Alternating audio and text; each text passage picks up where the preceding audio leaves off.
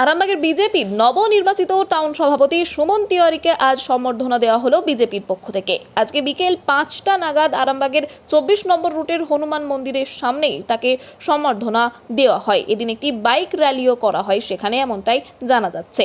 উপস্থিত ছিলেন বিজেপির অরূপকান্তি দিগার সহ 19 নম্বর ওয়ার্ডের কাউন্সিলর বিশ্বজিৎ ঘোষ সহ অন্যান্য বিজেপির নেতা কর্মীরা।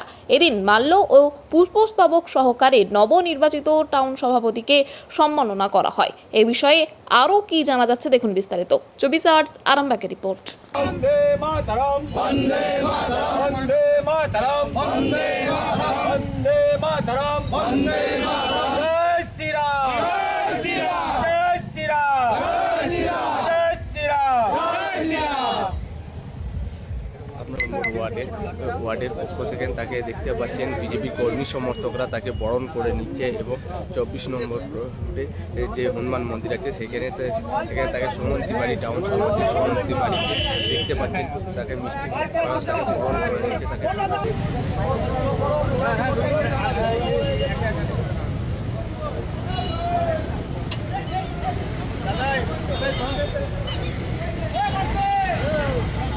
আমাদের সাংগঠনিক সিস্টেম, সেই সিস্টেম অনুযায়ী আমাদের পার্টির যে পরিকাঠামো, যেমন 6 বছর অন্তর অন্তর আমাদের পার্টির সাংগঠনিক পরিবর্তন হয়, সেরকমই আমাদের আরামবাগ সাংগঠনিক জেলা আরামবাগ পৌরমণ্ডলে আমাদের কদিন আগে আমাদের 17টি মণ্ডলের সভাপতি নবনিযুক্ত হয়েছে এবং আমরাও আরামবাগ পৌরমণ্ডলেও আমাদের নবনির্বাচিত হয়েছে সুমন তিওয়ারি এবং সুমন তিওয়ারিকে আমরা আরামবাগ পৌরমণ্ডলের 2 নম্বর ওয়ার্ডের পক্ষ থেকে আমরা সকল মণ্ডলের কার্যকর্তাদেরকে নিয়ে আমরা মণ্ডল সভাপতি নবনির্বাচিত মণ্ডল সভাপতিকে আমরা সম্বর্ধনা দিলাম এবং আমার সঙ্গে আমাদের অভিভাবক, আমাদের পূর্ব পরিচিত এবং সকলের আমাদের অভিভাবক এবং প্রাক্তন জেলা সভাপতি সম্মানীয় অশোকচন্দ্র মহাশয় আছেন এবং আমাদের লোকসভার ক্যান্ডিডেট যিনি হয়েছিলেন অরূপ দিগার মহাশয় উনি আছেন এবং সকল কার্যকর্তাদেরকে নিয়ে আজকে আমরা মণ্ডল সভাপতি নবনির্বাচিত মণ্ডল সভাপতিকে আমরা সম্বোধন দিলাম এবং আমরা এই আজকে থেকে স্থির করলাম 2026-এ যে নির্বাচন,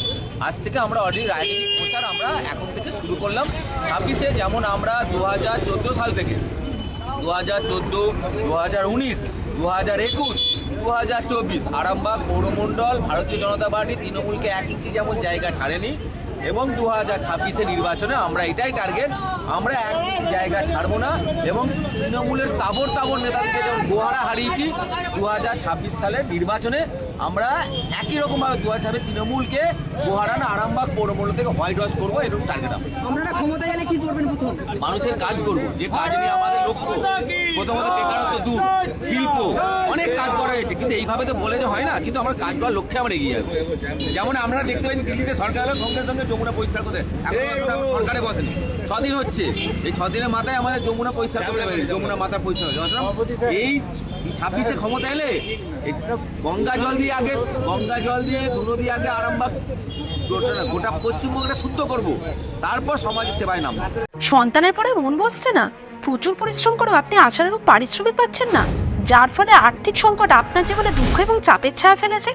দিনার ভারে জর্জরিত স্বামী স্ত্রীর মধ্যে প্রতিনিয়ত ভুল বোঝাবুঝি বেড়েই চলেছে। নতুন বাড়ি কিনেছেন, কিন্তু সেই স্বপ্নের বাড়িটা যেন আরো দুর্ভোগ নিয়ে এসেছে আপনার জীবনে। আপনি ভাবছেন সস্তায় পাওয়া বাড়িটা নেওয়াটাই কি সঠিক সিদ্ধান্ত ছিল? এমনই সব দ্বিধাদ্বন্দ্ব এবং জীবনের কঠিন মুহূর্তে আপনাকে সঠিক পথে পরিচালিত করবেন আন্তর্জাতিক খ্যাতিসম্পন্ন স্বর্ণপদক ও স্বর্ণ মুকুটপ্রাপ্ত ডক্টর অজয় শাস্ত্রী। তিনি শুধু আপনাকে পথই দেখাবেন না, আপনার জীবনে সত্যিকারের সুখ, শান্তি, ঐশ্বর্য, অর্থ যেন সঠিক সময় আপনার কাছে পৌঁছে দেয় সেই দায়িত্বও নেবেন। তাঁর অভিজ্ঞতা এবং জ্ঞানের আলোতে আপনার জীবন হয়ে উঠতে পারে নিরুদ্বেগ ও সমৃদ্ধির পথে ধাবমান। তাই আর দেরি নয়, স্ক্রিনে দেওয়া নাম্বারে এখনই ফোন করে ডক্টর অজয় শাস্ত্রীর সাথে যোগাযোগ করুন। কে জানেন, হয়তো একটিমাত্র ফোনই আপনার জীবনকে বদলে দিতে পারে।